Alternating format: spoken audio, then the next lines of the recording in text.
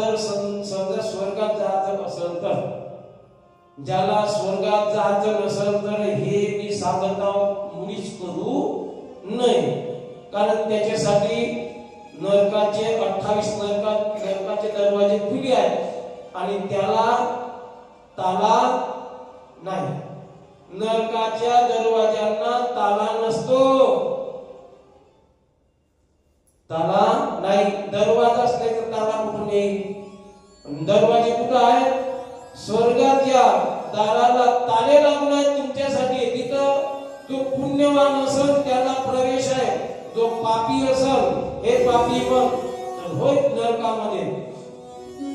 मग नरकाची यातना काय सांगू? गर्दीची यातना, गर्भ म्हणजे नरक आहे ना, गर्दीची यातना काय सांगू नारायणा असा आहे.